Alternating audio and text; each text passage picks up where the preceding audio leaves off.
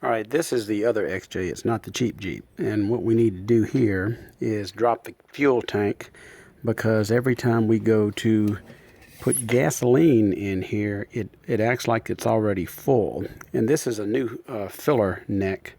So what I'm thinking is that on top of this gas tank, there's a vent line that is pinched or crimped or clogged up. So in order to help accomplish that, I'm going to use this Harbor Freight Pittsburgh Automotive low-lift transmission jack to help lower it down. So the first thing I got to do is drain the fuel out. Actually, the first thing I got to do is PB blast those bolts.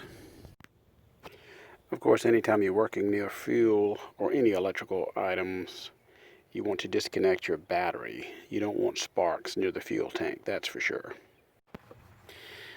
Now the way this tank is held in is pretty simple. You've got your filler tubes that come from where you put your gas in. I've changed these before. I've got another video on that. That's behind here. So you got to basically take this little protector plate off, unscrew the clamps, pull those lines back, and then there's only two straps that hold this tank in. They just kind of, wedge in up there, but back here you've got to loosen these nuts, and then the whole tank will drop down. And of course there's some wires that go to the top. So what I'm suspecting is one of these vent lines is clogged up.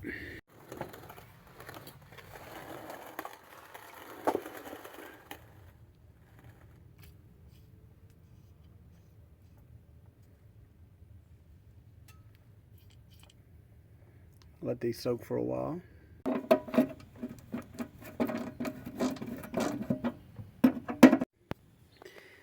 Now what I find works out real well on these bolts is these pass-through type ratchets and sockets. So see, you go all the way through, and then you can easily get them off.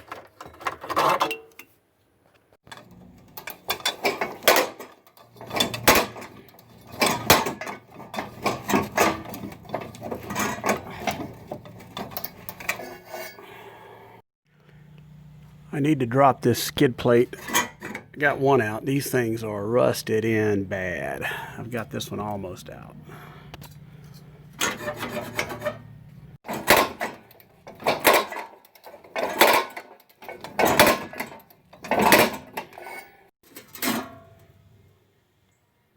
I finally got it off.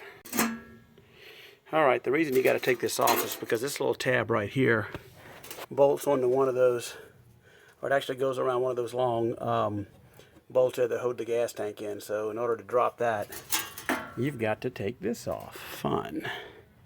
A lot of anti-seize will be going on that. A quick note on these pass-through wrench sets.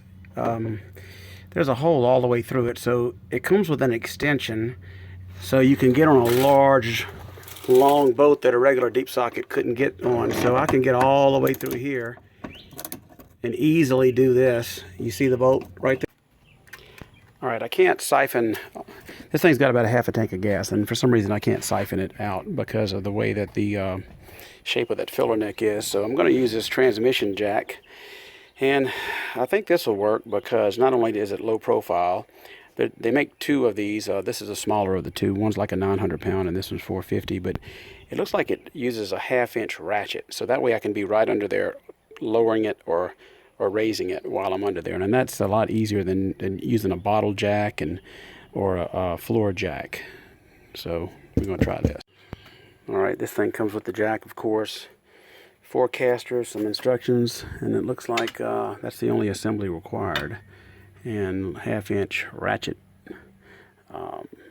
connection, and it's got like a strap attached to this top plate.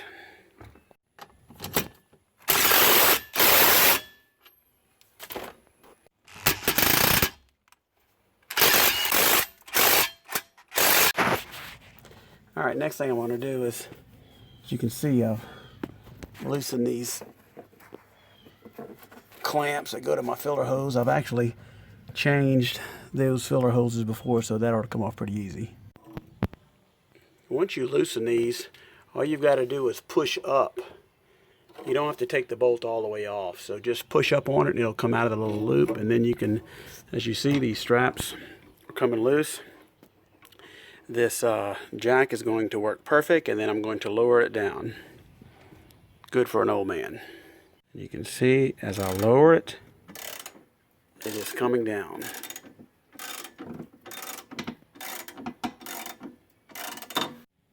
Now that I've got it lowered, I'm going to look up in here, and I think that's the vent right there that's giving me the issue.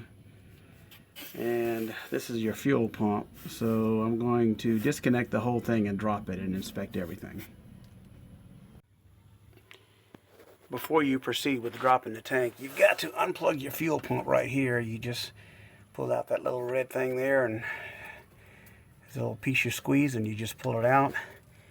And this line right here, which I've already disconnected, as you see, from the charcoal canister, this is the vent line.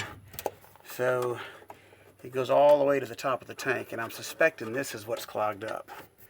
So a lot of work to fix that, but it'll be worth it because you can hardly fill this stupid thing up with gas. Alright, and then you got to do the fuel line. And the fuel line is this piece right here. You pinch those two little things in, it should just pull apart.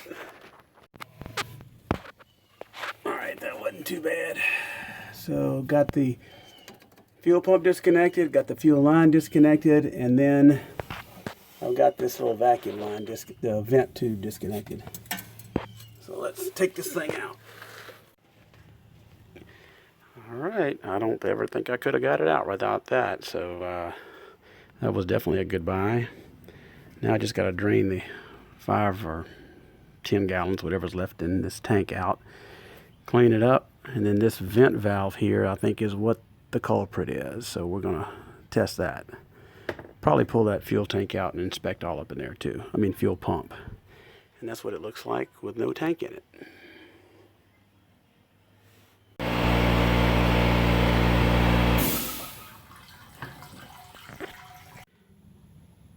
I pulled the fuel pump out. I'm going to use this pump to empty the tank.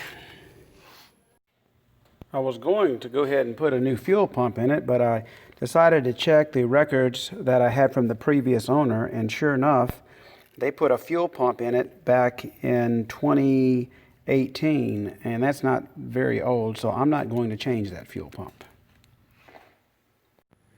Alright, I think I found the problem. This vent blew. It's free flowing, so that's not the problem. But if you look on this borescope, there's a ball like a check valve, and that ball is stuck, and you can see a spring coming out of it. So the problem with this is this ball check valve in here. I have no idea how I'm going to fix that, but I may just take the thing out.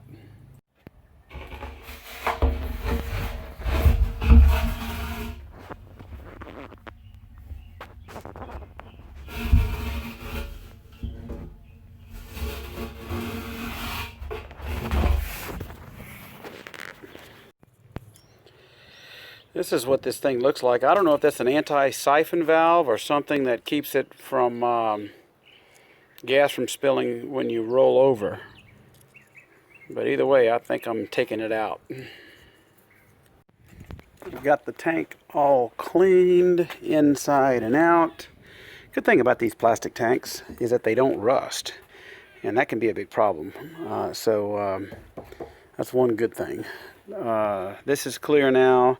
I took that stupid ball out.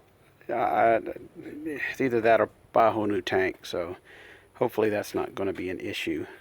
It does have a like a little flap, so if the Jeep does roll over, I mean, I don't think that's going to keep the gas out anyway. So anyway, time to put it back together. Part of the vent line I'm going to replace with some of this fuel line to put on there. When you put this fuel pump back on, make sure that gasket, you see how this gasket went up in there? You got to inspect that real close. Alrighty, I put some 1/4 inch fuel line on here, replaced these two pieces. They were destroyed. This is a pain to get on. You got to be real careful getting that tight and getting that gasket flush. Time to put it back in. I'm going to clean this connector too. Clean those threads up that was so hard to get out on that exhaust heat shield. Reuse these bolts. Without any gas in it, it's pretty easy to pick up and pretty light. So you just put it in these straps and hang it, and then I'll hook the lines up. Once it's just kind of sitting there, you'll see. A few lines just snap in. It's real easy. And then, let's see. This would be just connected right here.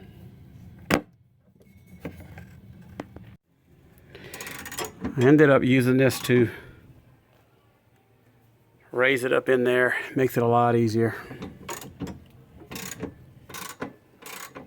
Right, now we gotta line these up, and this makes easy work of it. So I recommend putting these on, tightening them up prior to these straps, because it makes it easy work. You just pop it on there. You can even reach around here and push them on, you see, as long as that pan is removed, that protector plate.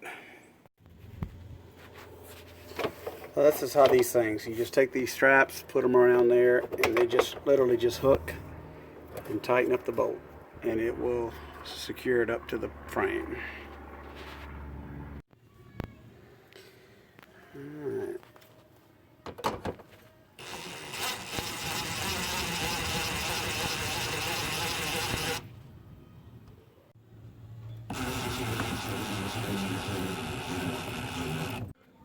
Alright, I painted the mating surface. I got some anti-seize on that bolt to keep that from happening again.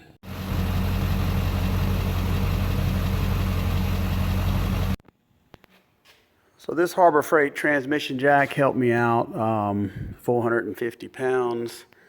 Use a 1/2 inch ratchet right there. You can do it right there. You can tilt it. It's got a couple of wing nuts where you can tilt the transmission or whatever you're working on. And it has a ratchet strap that you can, I guess, bolt or strap the transmission, but overall it worked really good. It's really easy and light to use underneath there. They also sell another one of these that's about 900 pounds. So anyway, there we go. This was the culprit of not being able to pump the gas. I haven't seen anybody online address that, so I don't know if it's in every gas tank or not. But anyway, I took it out and I have no more problem. Well, dropping the tank and moving that ball out of the way, or taking that little white ping pong ball looking thing in the spring out of the gas tank worked. I went and filled the tank up. It didn't backflow back on it. Again, I think it's an anti-rollover device or an anti-siphon device. I don't know, but that was the problem. It was stuck, and every time you went to get gas, you could only put in like a few squirts at the time, and it was really a pain in the butt. But that seemed to fix it, so hope it helped. Have a good weekend.